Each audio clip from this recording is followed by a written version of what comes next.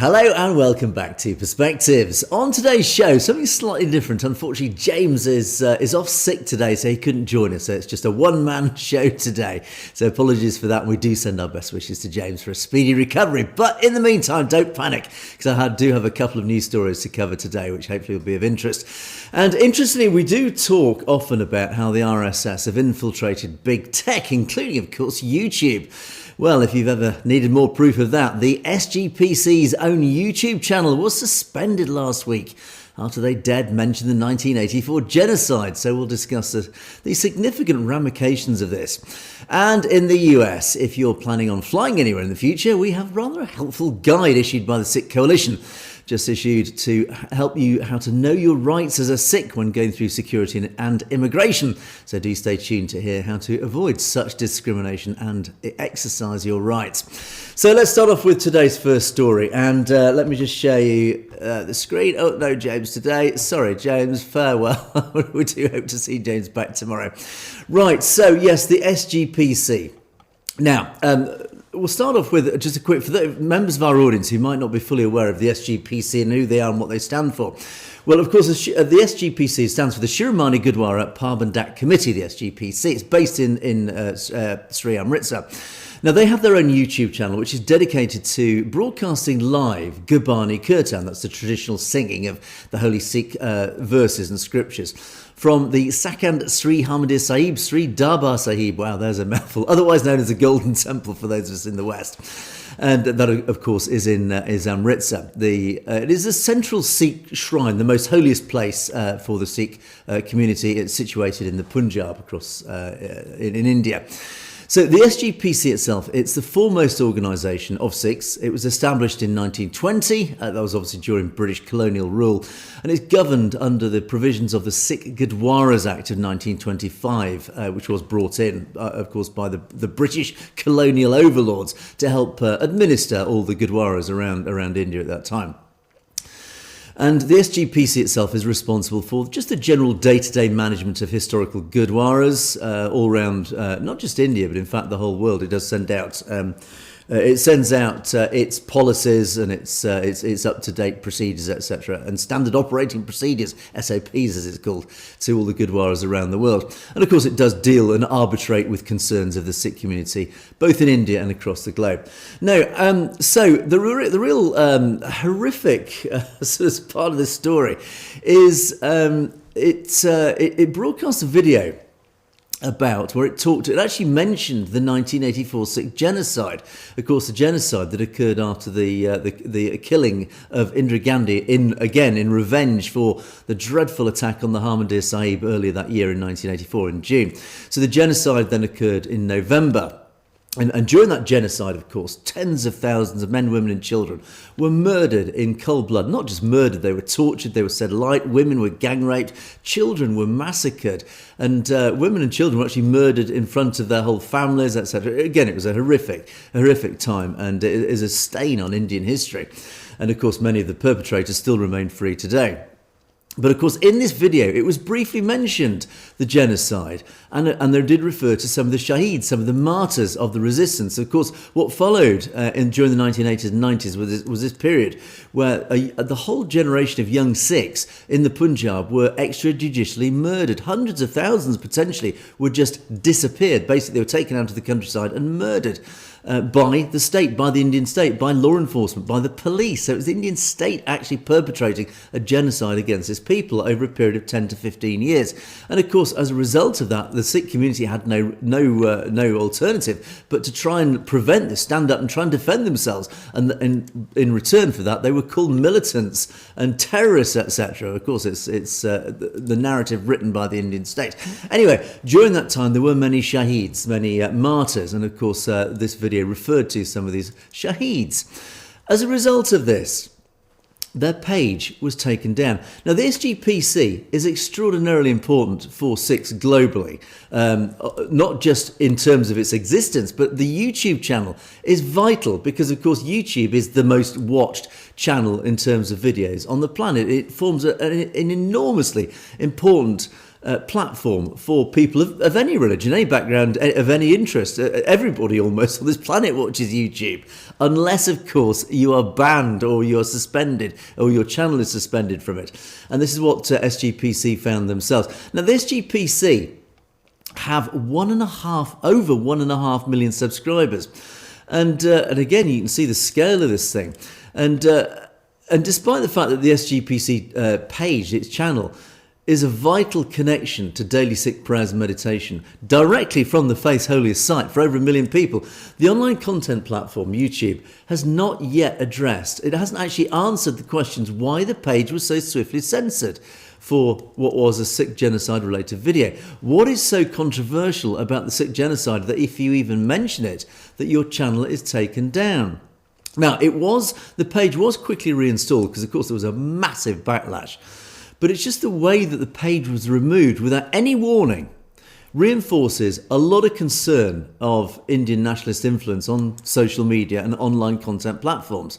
And evidence of Sikh censorship has also been noted across other major outlets. Now, of course, we, as our audience know, we are, as a channel, banned in India, as are indeed many other channels that actually broadcast the truth, because it's very clear that the Indian state does not like the truth being broadcast to its people. We often talk about the Godi media. The media in India is very tightly controlled by the Indian state. There is only one narrative across Indian media. If you look at any Indian state media, indeed almost any media in India, even independent media now, which is tightly controlled, it's only allowed to exist under state control.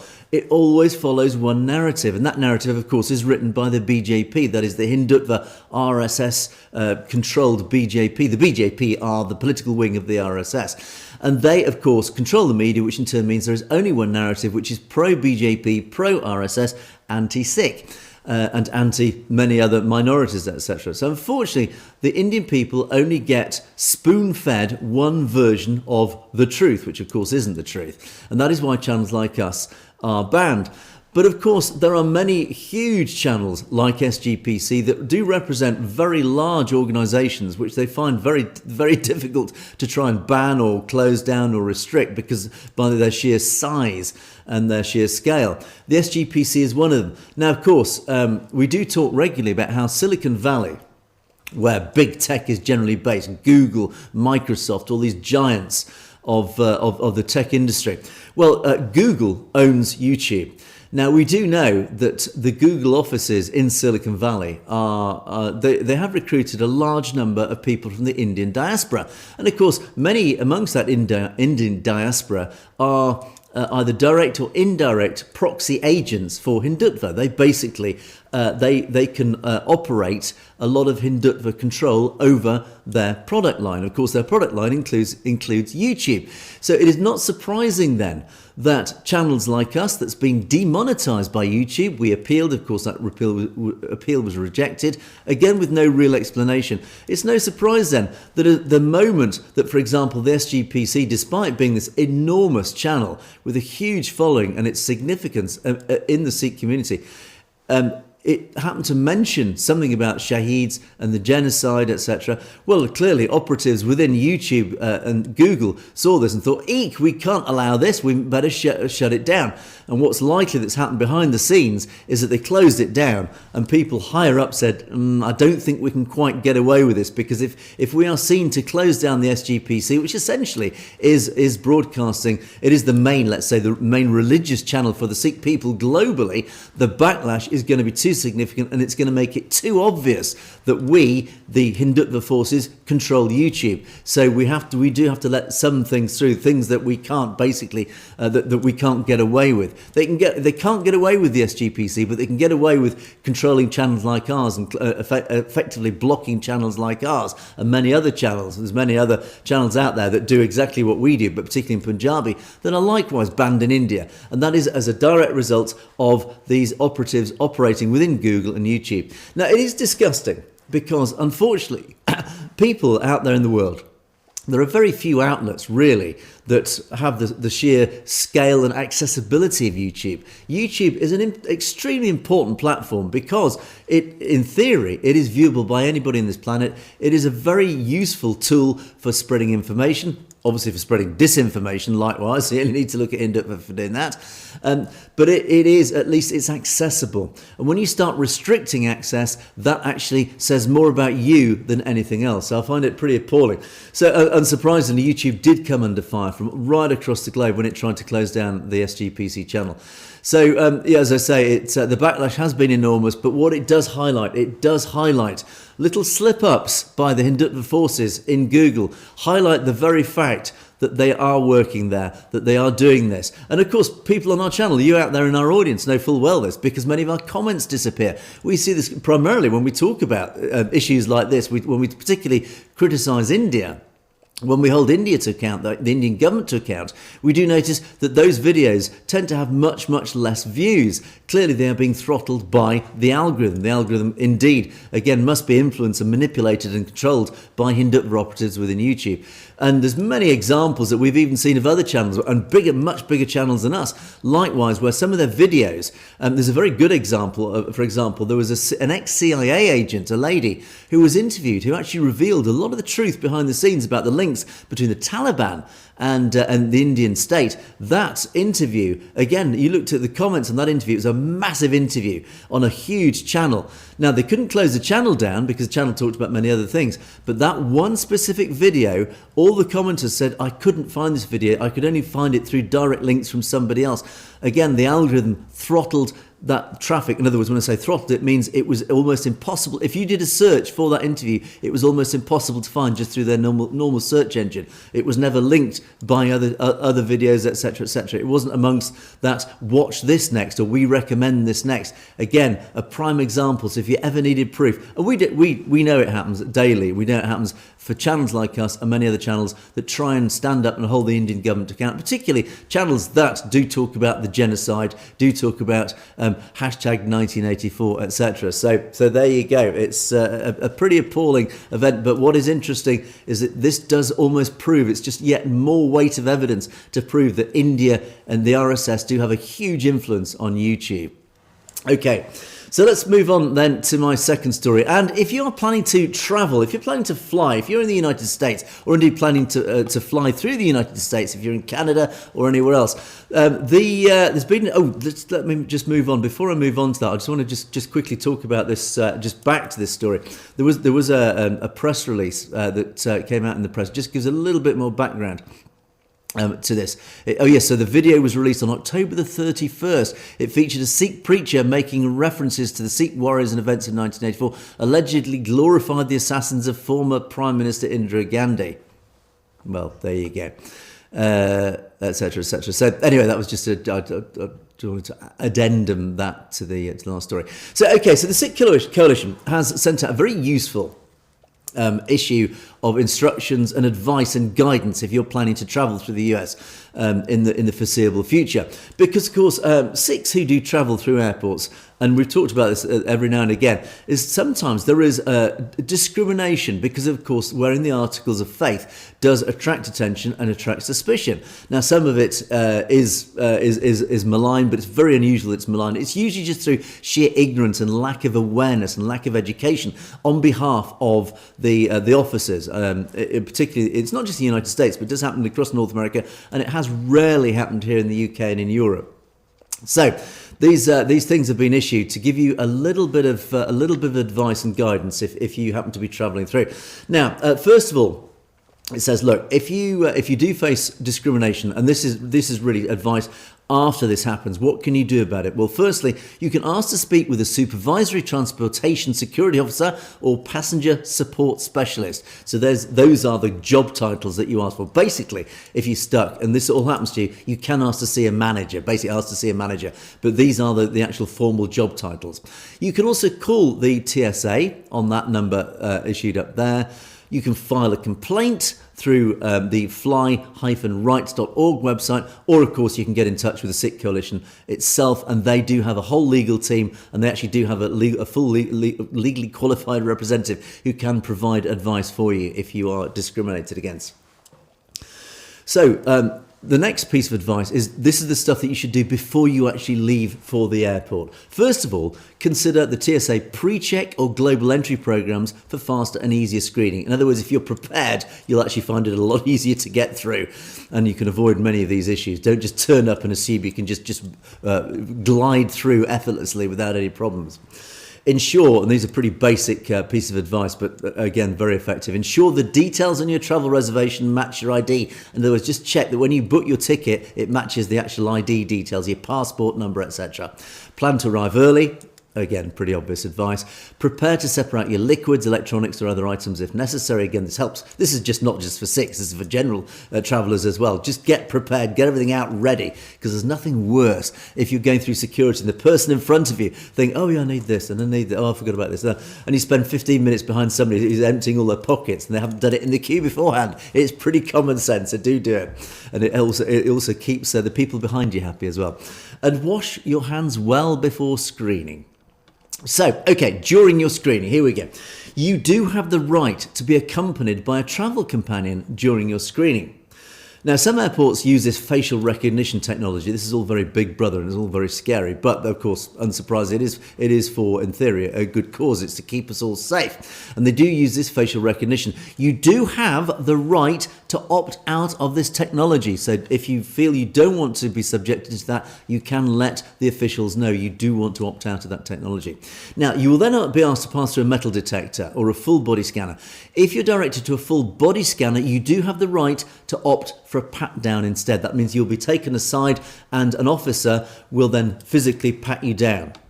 Now, the pat down, this is an important one if you've ever been subjected to these are, they can vary from being fairly sort of gentle to a full-on body screening, which is pretty unpleasant. Now, you do have the right, unsurprisingly, to ask for a pat down by an officer of your same gender. And this generally obviously refers to ladies who are travelling. If you do not want to be patted down by a gentleman, by a male officer, you have the right to ask for a female officer, and then you will be given a female officer to pat you down.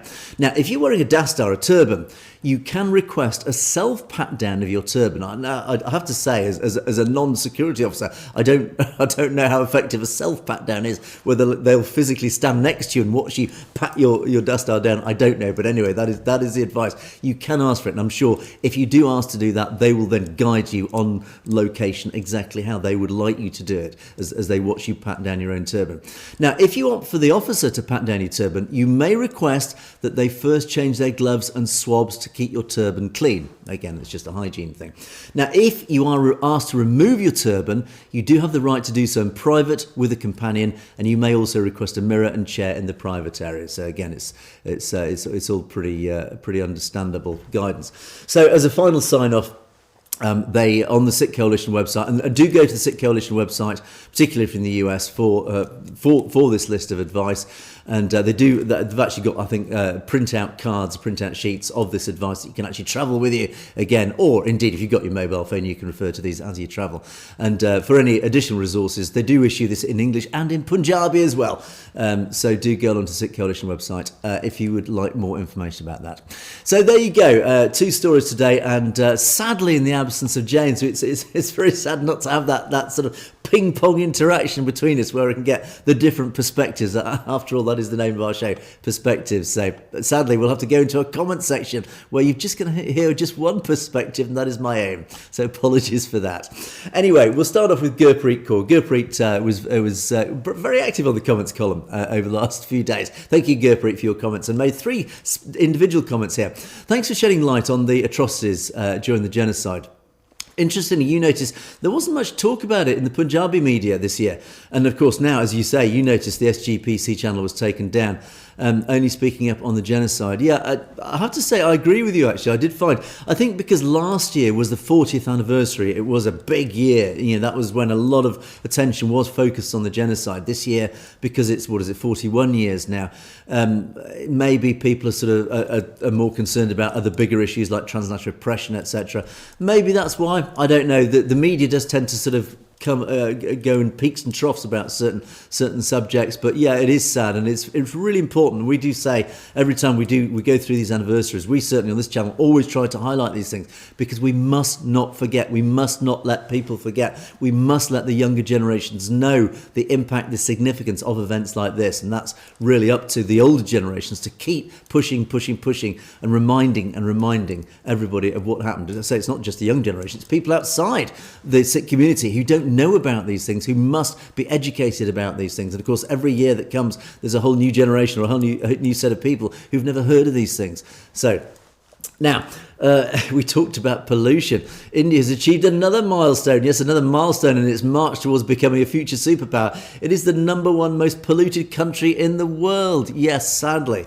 The annual smog that comes from the burning of the fields, and of course the polluted rivers in the Punjab, etc., the cancer capital because of the industrial pollution, the massive scale of pollution. It is an absolute shame. It's a disgusting stain on India to be so polluted. As we often say, the real solution, certainly for the Punjab region, is the establishment of khalistan, where the full governance of the rivers can be taken control of by people who genuinely care and live there. They can then make their own decisions and manage the industry within khalistan that will keep the rivers clean, and therefore keep the rivers clean for people downstream, etc., who also benefit from that. And likewise, they can manage the agricultural, the agrarian industry to ensure that the fields are burned. If they are indeed burned, they are burned more manageably and more managed and carefully, so that we don't end up with these dreadful, massive, killing smogs that end up smothering Delhi and killing so many people.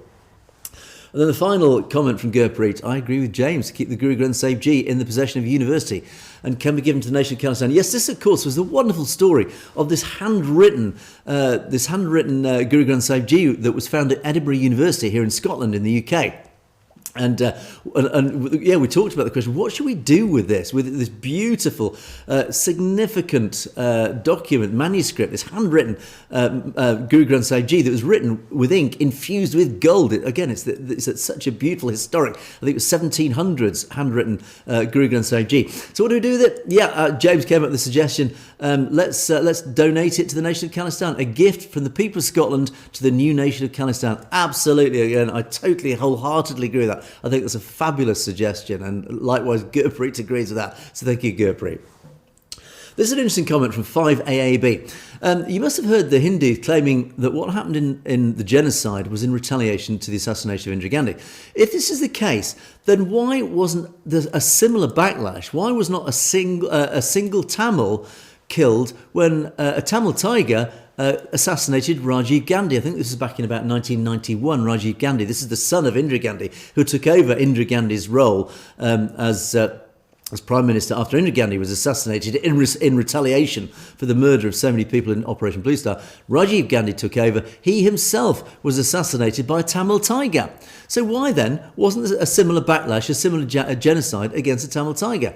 And the reason that 5AAB or Panjab actually says is the hate Hindus have for the Sikhs runs very deep. In other words, it was essentially because it was just an excuse to then launch mob assassinations, mob killings, mass killings against Sikhs, because Hindus, as you claim, just as a rule, hate Sikhs. Well, I would just addend that to say it's not all Hindus, but clearly some Hindus have a very deep hatred of Sikhs. Those so-called Sikhs who side with the Hindus against their own are more dangerous than the Hindus themselves. Now, you ask, as a non-Sikh, what do you think of these so-called Sikhs? As you call them, the Kezadari Hindus, who for money, position, betray the cause. Today, I personally don't trust any single one of these Kezadari Hindus, and they've infiltrated the SGPC, the Akali Dal, and all the political parties. Absolutely, yeah. Well, you asked what my opinion is. I think the key word there is betray. One of the most despicable human acts, in my opinion, is betrayal. This word betray. It is so personal. It's so deep. It's such an evil, insidious act that any human being can do against any other human being. The act of betrayal it implies you are betraying someone's trust. Somebody has generously given their trust in you, and you have betrayed that trust. So what do I feel about it? I think these people are, as you say, I think these people are worse than the bad Hindus. And I have nothing against Hindus personally, but those Hindus, the Hindutva forces, yes, I think they are worse than Hindutva, because they are betraying, if they are genuine Sikhs, they are betraying their heritage, their history. They are betraying basically everything that Sikhi stands for. They are betraying, basically, in my opinion, not that I'm a Sikh, but in my understanding and my perspective, they are betraying the words of the Gurus. All the Gurus, they are betraying what is written in the scriptures, the Guru Granth Sahib Ji, the final living Guru. So in my opinion, yes, I think I'm totally aligned with that. I suspect James probably would feel exactly the same. So I hope, Panjab, that answers my question. They come with an agenda. They are infiltrating these organisations, these Sikh organisations, to push a Hindutva, an RSS agenda. That agenda is not for the benefit of the Sikh people, as we've seen all the way back through to partition, and indeed actually before. It's evil, it's insidious, and I am totally aligned with you on that. And I can't imagine there are too many people in our audience who would disagree with that. So thank you for your comment. Sujan Jalota, this guy needs to be educated. Everything he says is saying is false. These guys are professionals in divide and conquer. So wake up, my Sikh brothers. Now, this was slightly ambiguous, this comment, and I'm going to interpret it the way I believe it was said. Now, because it was just there on its own, who was it referring to? This guy? Which guy? I don't know. It could be me and James. You say we're professionals in divide and conquer. Well, no, we're not. Well, actually, I suppose arguably, if you want to be technically correct, we are trying to divide people away from Hindutva. We're trying to say, look, you do realise who the real enemy is here. That is Hindutva. But anyway, I'm going to interpret this comment as actually following Panjab's comment that we just talked about, which is these guys, Hindutva, are professionals in divide and conquer. This is the tactics that they are using. And those two Khalsa Vox articles, for example, that were written by a supposed Sikh, and again, I question if this Sikh actually exists. I think it was Paramjit Singh, somebody or other. It was his name, the so-called journalist. Does he really exist? Or is that just a pen name for a Hindutva journalist, or just another AI-produced article, an anti-Khalistan, anti-Sikh article that follows this new agenda? Well, it's not so new, actually, but certainly it's an agenda that is rising in prominence once again. It is divide and conquer. It is trying to turn Sikhs against each other, and this is what we must be totally aware of. And again, very much in the audience, it's so easy to be manipulated by what you see and you hear and you read on media. It's very easy for all of us to fall victim to this manipulation. We read something, many of these things are written to make us angry, to engage us. And of course, by making us angry, we want to turn that anger on something. And what Hindutva is very, very clever at, and a lot of this propaganda, is turning not just Sikhs against Hindus or against Muslims and vice versa, it's also turning Sikhs against other Sikhs. These Khazadari Hindus, as Panjab says, it's these fake Sikhs, as we often refer to them as. It's these Sikhs who have infiltrated the organisations, or just amongst us, and who follow this Hindutva agenda, and they are trying to turn us all against each other. They're trying to say, for example, these Khalistanis, they're all extremists. They're trying to divide us. These Khalistanis are trying to divide the Sikh community. No, they're not. They are part and parcel of the Sikh community. And in fact, watch my podcast from last Friday. We actually do talk about this. And Deepa Singh, my guest, actually says that they are amongst us. They know who they are. These people who have infiltrated the Gurdwaras, the just general Sikh society in the community, they are there, and they are deliberately trying to spread this divisive agenda. They're very, very good at that. So again, the message here is, well, thank you, Sujan Delota. Wake up, my Sikh brothers and sisters. That's really what we need to be fully aware of. Do not be divided. It's an old British colonial tactic, divide and conquer. It's very effective. Don't fall victim to it. We must, as a community, keep united. And then the final set of comments. Thank you, Jimmy Gill, for your first one that kicks us off. Great news channel. Well, bless you. We're only a great news channel because, firstly, we just try and bring you the truth. Nothing more than that. But secondly, we're only a great news channel because we have you, our audience. We couldn't do this channel without you, our audience. So thank you. Do keep spreading the word. We are up against massive forces who are trying to close us down. We got demonetized. YouTube demonetized us for no reason. They wouldn't explain to us why we got demonetized. We know full well why we got demonetized. It's why we're banned in India, and why many channels are like us, banned in India. But again, it's up to you, our audience, to spread. Please spread the message that we exist.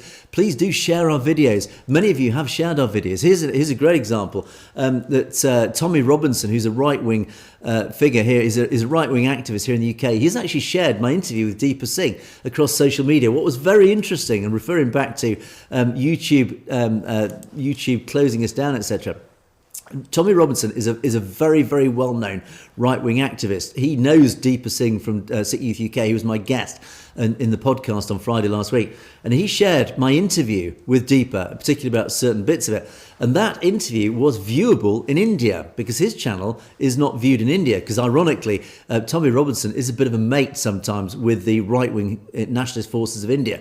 They're sort of using him as a bit of a tool. So they haven't banned his channel, which means indirectly my podcast on Satellite TV, banned in India, was actually viewed by people in India. What was most remarkable about this is on X, under that video, lots and lots of Hindutva comments, one after another. Who was this terrorist sitting behind the host? Yes, this so-called terrorist, that actually happens to be hanging in every gurdwara around the world, Bindravali.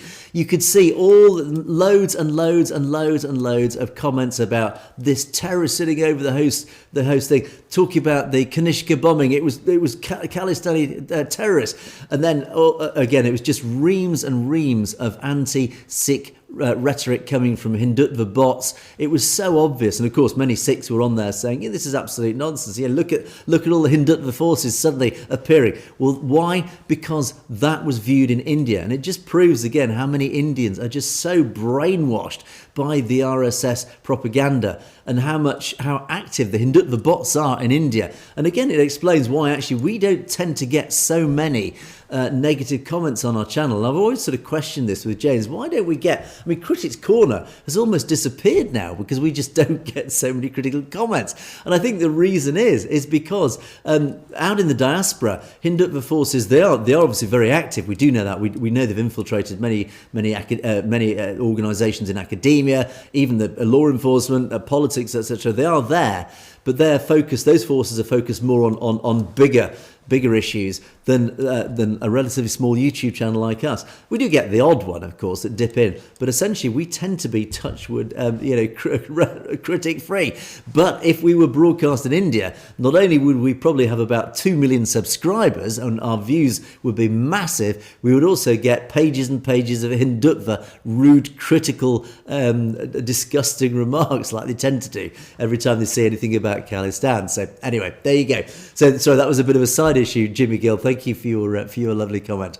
And yeah, Naughty Jack tells us you're from Milwaukee, Wisconsin. Welcome, and welcome to all our US viewers. I do know we have I think the largest percentage of our audience is in fact in the US. So thank you, Naughty Jack, for joining us. Thanks for letting us know. And Panjab likewise tells us that you're watching from IOP. Now you have to excuse my ignorance. I'm from the UK, so IOP, I'm not entirely sure. I had to Google it, and according to Google, I think it's Isle of Palms in California. Do let me know if I'm totally wrong in that. It might be something totally different, but according to Google, you are in California, and I do know we have a very large diaspora community in California. So if you're watching from sunny, warm California, a big greeting from us here in cold, frozen England.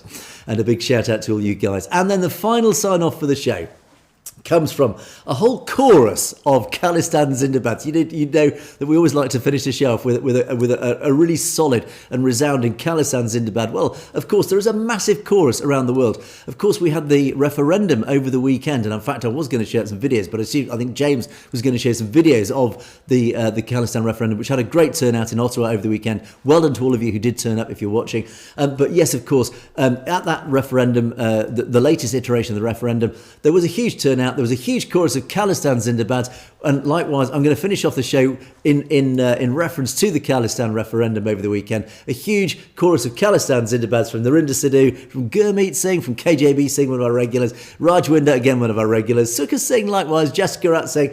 Khalistan Zindabad. And that's it for another day. Thanks so much for watching. We do hope James is back with us tomorrow. Of course, keep watching tomorrow's show, and we send all our best wishes to James to get well. But that's it for another day. Do keep your comments coming. If you've got any thoughts and comments, let us know your perspective on the stories that I covered today, or indeed any of the stories that you'd like us to cover.